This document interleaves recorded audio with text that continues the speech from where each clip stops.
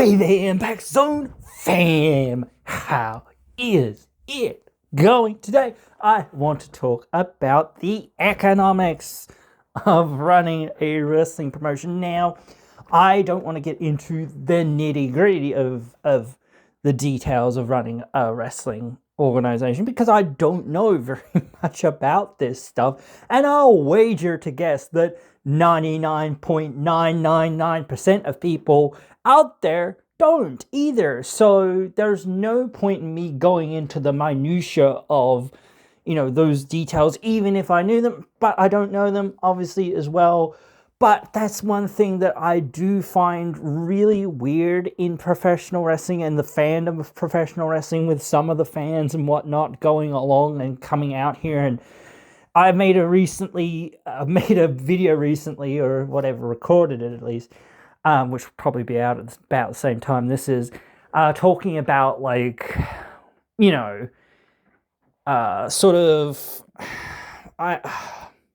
the level of fan investment that fans can get into wrestlers and into a product if, wrestlers are coming and going, fairly frequently. You want more consistency. You want more people to be staying more long term.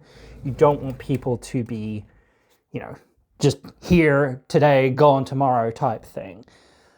And I sort of was talking about this somewhat, but I didn't nail it on the head enough, I don't think. And this is the problem, I think, with a lot of, not all wrestling fans, but again, a lot of wrestling fans. And maybe I'm just seeing the trolls out there. I don't know. Perhaps. I don't know. But again, I think that anyone who criticizes TNA for running their business how they run it does not understand whatsoever the economics of running a wrestling company. I sort of talked about it in that other video, but I need to nail this down and need people to kind of get this extra perspective on it. So that's more of what I'm discussing in this one, is that perspective that people need to gain. They need to gain this perspective that TNA is not a money pit. It is not funded by a billionaire. It is not the most profitable company in the world currently, or the most profitable wrestling company in the world right now.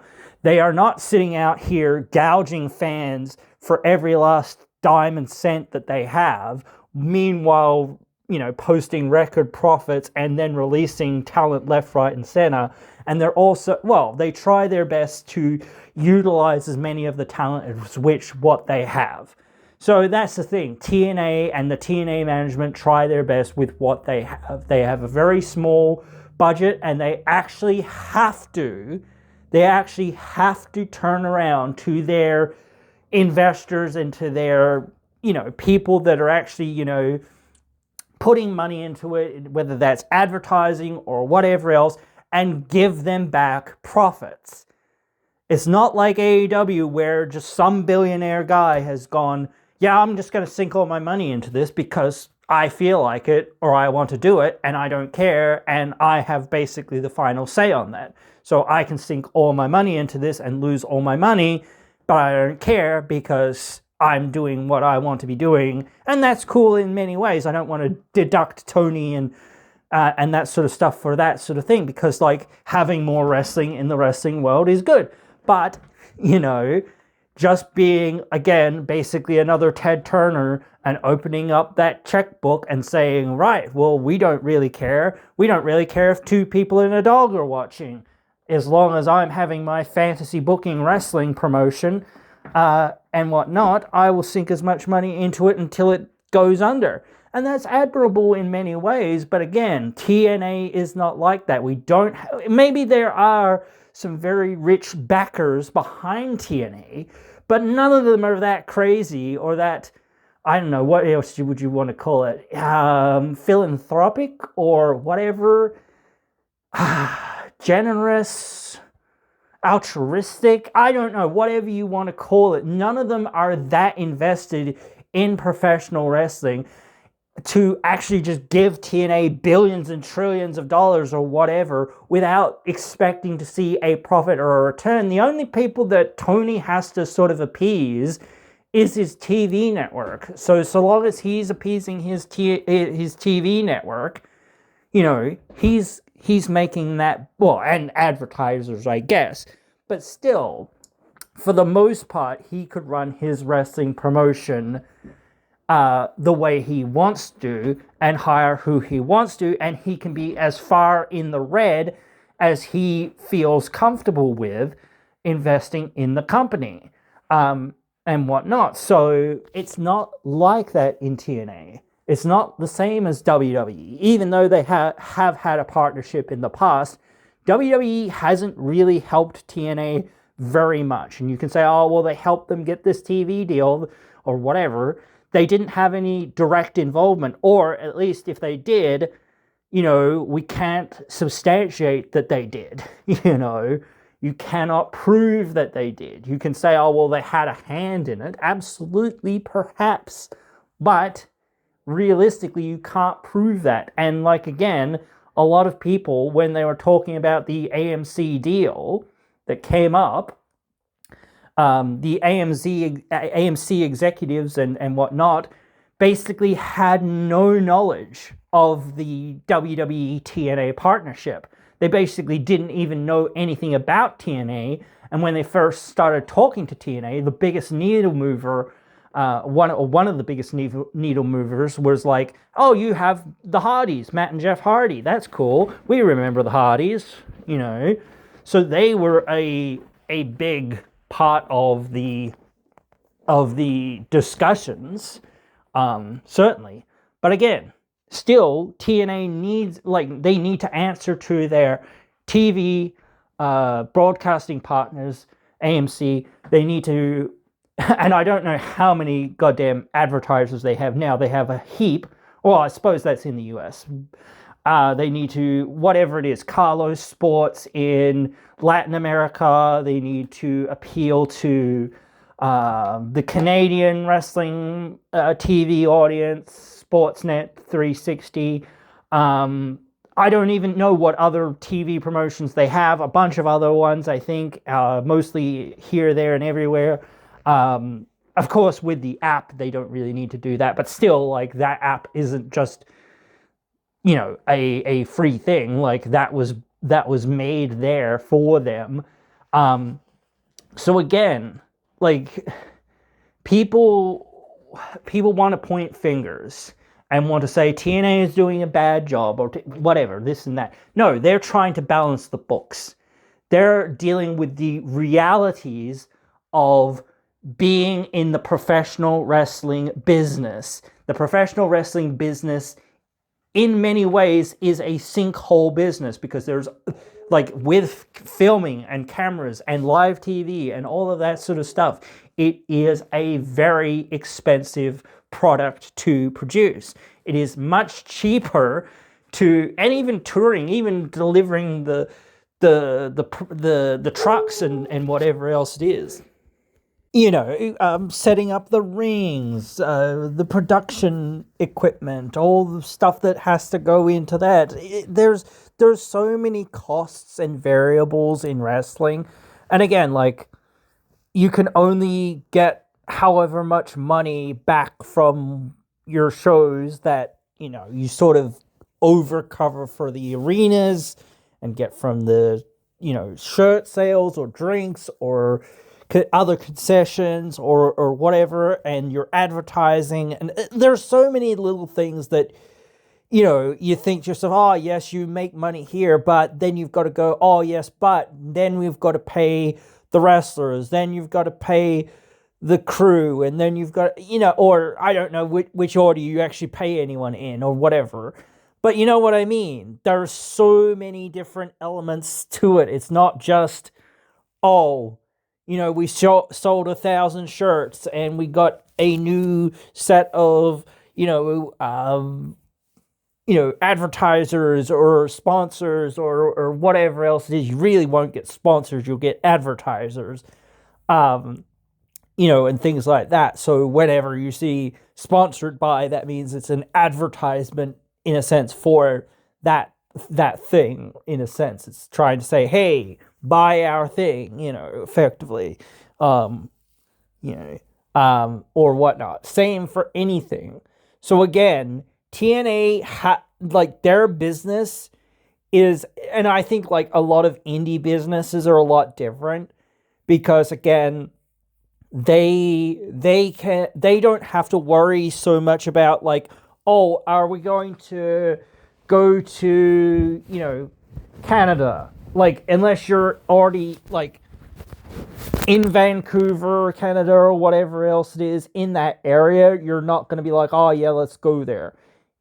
Maybe you will go over the border, or you'll go within like a few kilometers or a few miles or whatever else it is of wherever your sort of home base is. You won't go too far outside of that area. You will keep doing the same basic few towns that you always do, always doing the same smaller gyms and arenas or whatever else it is, or whatnot, that sort of thing. You only do those things that hey, we can get like 200-300 people in here, or whatever else it is, or we usually get like 50 to 100 people in here, or whatever else it is. And if we've got a big show coming, maybe we'll get like 1,000 people or whatever it is, if we're really lucky. And hey, well, we don't really have advertising because, well, we don't have a TV deal, and we kind of rely just on, the flyers or whatever. Yes, that is still a cost or whatever else it is. But most of the people that are in the towns or that we usually service, they know about us or whatever else it is, and we're pretty consistent. So, hey, even then, Friday, Saturday, Sunday, if you want to come watch wrestling, there's local wrestling. So, or whatever. And a lot of people will go, can I find local wrestling in my area? Where is my nearest indie wrestling? And then go and see it. Like your local indie wrestling is, GCW or whatever,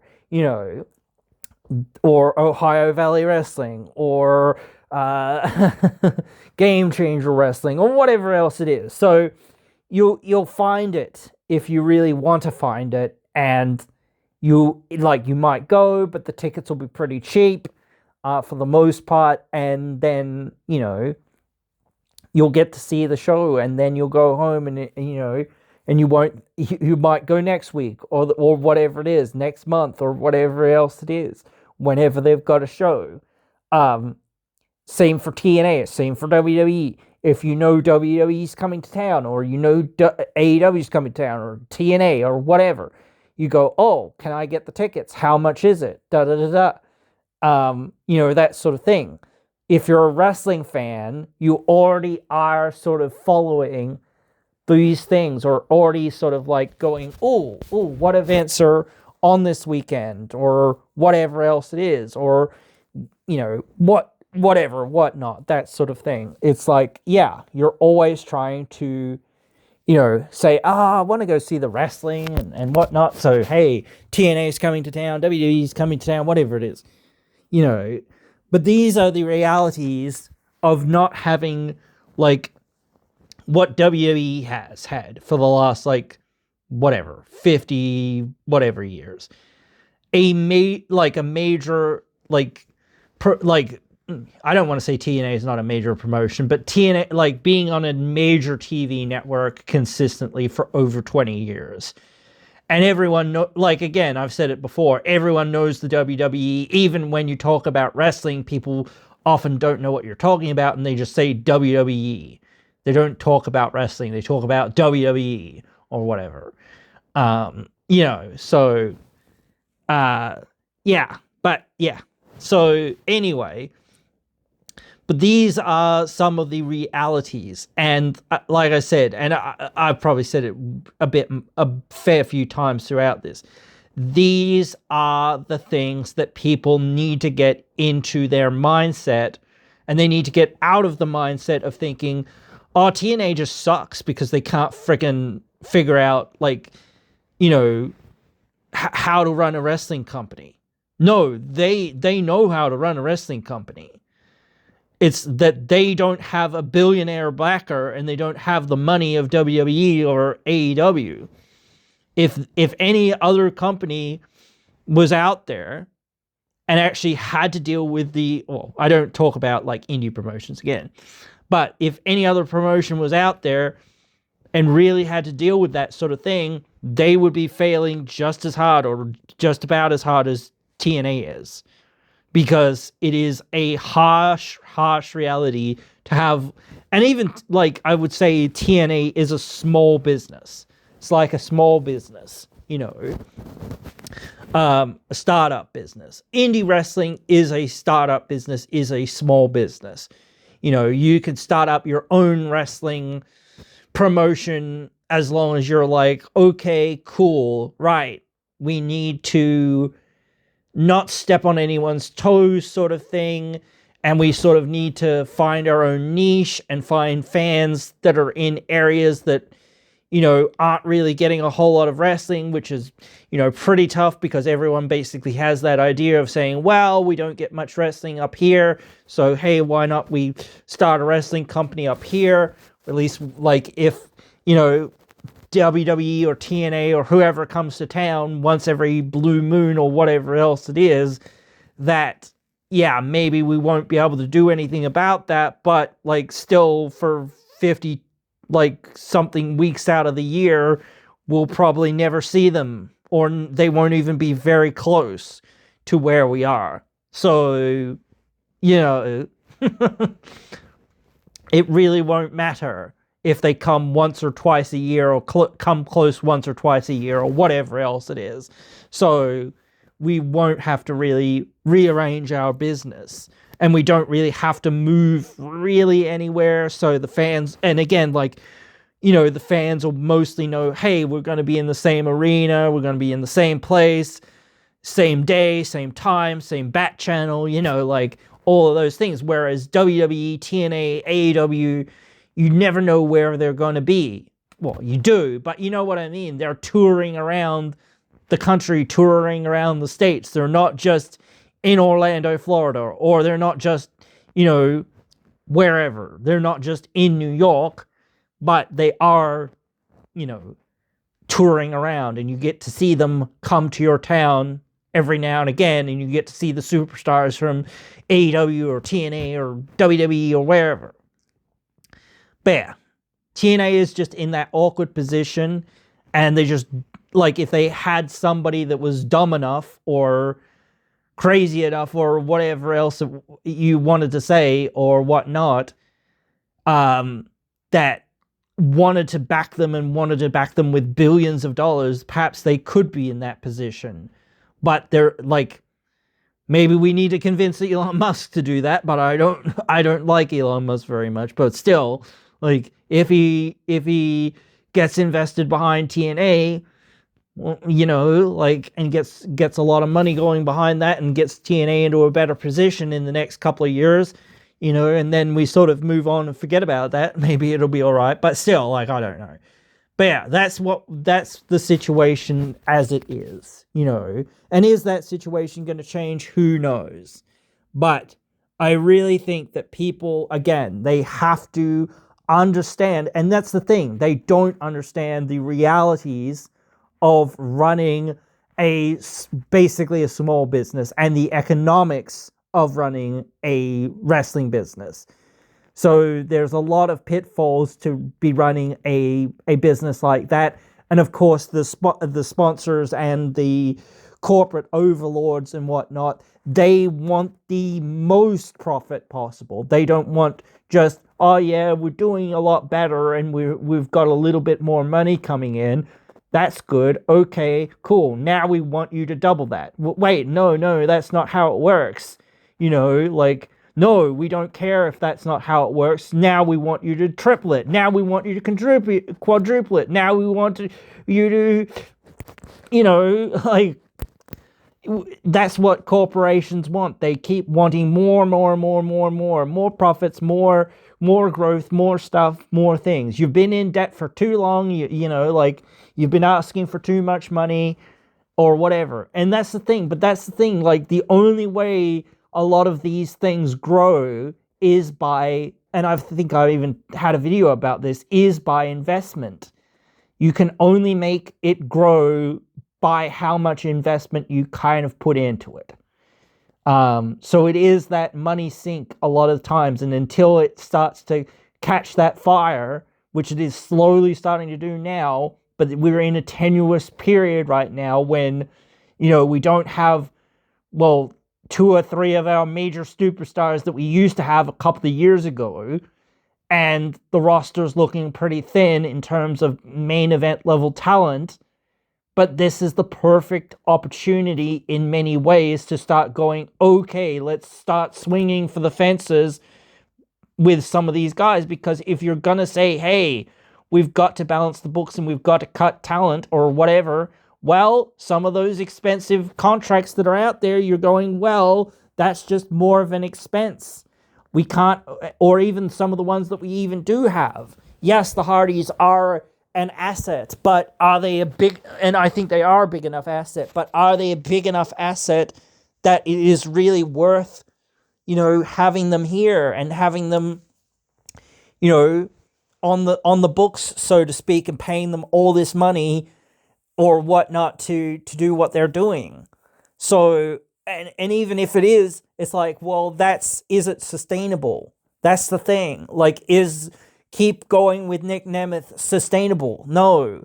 Is put it on whatever random ex-WWE legendary wrestler that we can find, that we can pay enough money to bring in, sustainable? No, that's not. That's not how it works. You've got to take those dips sometimes of going, okay, it's not going to be as profitable for a little while because we've got to put it on somebody different and somebody new and somebody up and coming so that they can actually be, you know, that legend or that icon or that person later down the road that actually is a very big draw, because you only make these talents into those big draws by giving them those opportunities in which to do so. You cannot just be like, oh, well, you're not a superstar and you're not a draw for us, so we're not going to push you and make you a draw. You've got to go, okay, we've got to push you to try to make you a draw so that